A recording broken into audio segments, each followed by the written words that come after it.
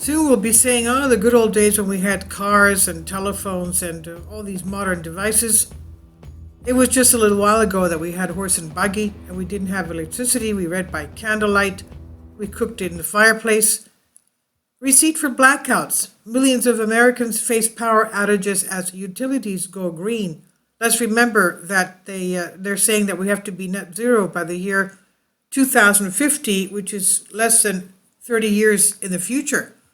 Wind and solar just are not going to cut it. That's not going to be enough. Thomas Catenacci, Daily Caller News Foundation on W&D reports, consumers nationwide are facing a summer of blackouts as utility companies and local governments continue to push a rapid transition to renewable energy. Independent operators of major regional electric grids serving tens of millions of Americans have recently warned that as temperatures rise this summer, they may have to resort to scheduled blackouts and other emergency measures to prevent significant wide-scale impacts. Well, we have to be aware of that for our refrigeration to be proper, otherwise our food's going to go bad.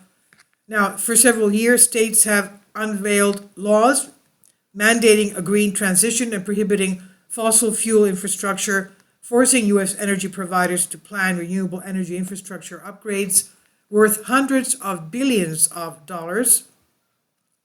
You're doing everything you can to increase the demand for electricity while constraining supply. This is what Jonathan Lesser, an adjunct fellow at the Manhattan Institute who has experience in the utility industry, told Daily Caller, said, well, that's a recipe for blackouts. Simple as that.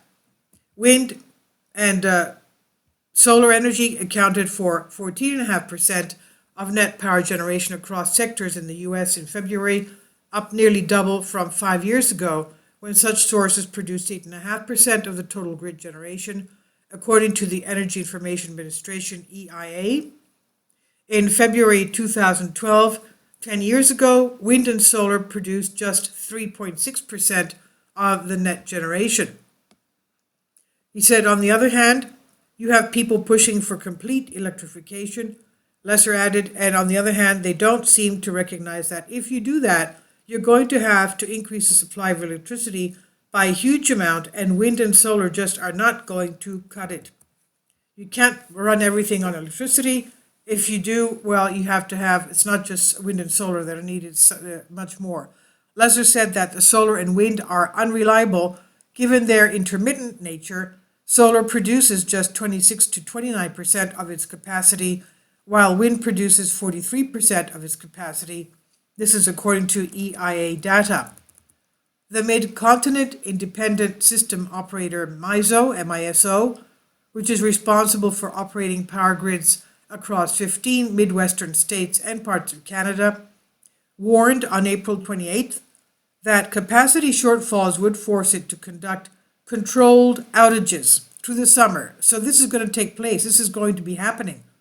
More than 15% of the region's energy was produced by wind and solar, while roughly 70% came from thermal sources like coal, natural gas, according to the latest data from MISO. Now, MISO Director John Baird told Wall Street Journal, as we move forward, we need to know that when you put a solar panel or a wind turbine up, it's not the same as a thermal source. California officials, meanwhile, warned Friday that the state would be short 1,700 to 5,000 megawatts of power, leaving 1 to 4 million residents without electricity. Reuters reported the state, which has led the nation in transitioning to renewables, relies on wind and solar for more than 24% of its power, according to the California Energy Commission. They said we need to make sure that we have sufficient new resources in place and operational before we let some of these retirements go. California Independent System Operator COO Mark Rothletter told reporters, according to Reuters, he said, otherwise we are putting ourselves potentially at risk of having insufficient capacity. Democratic California Governor Gavin Newsom said on April 29 that he would support an effort to keep the state's last remaining nuclear power plant in a sudden reversal after favoring its closure for years. Newsom changed his mind in light of the expected power supply shortfall this summer. A spokesperson told Daily Caller, faced with similar shortages, concerns, the Electric Reliability Council of Texas said last week that it was preparing to deploy all available tools to manage the grid reliably amid unseasonably high temperatures, according to Power Magazine. In addition, New York could see blackouts as the state continues to push green energy and shutter nuclear and fossil fuel power plants, according to Empire Center for Public Policy senior policy analyst James Hanley. He noted a New York Independent System Operator report that said plants are being closed faster than new resources are being developed.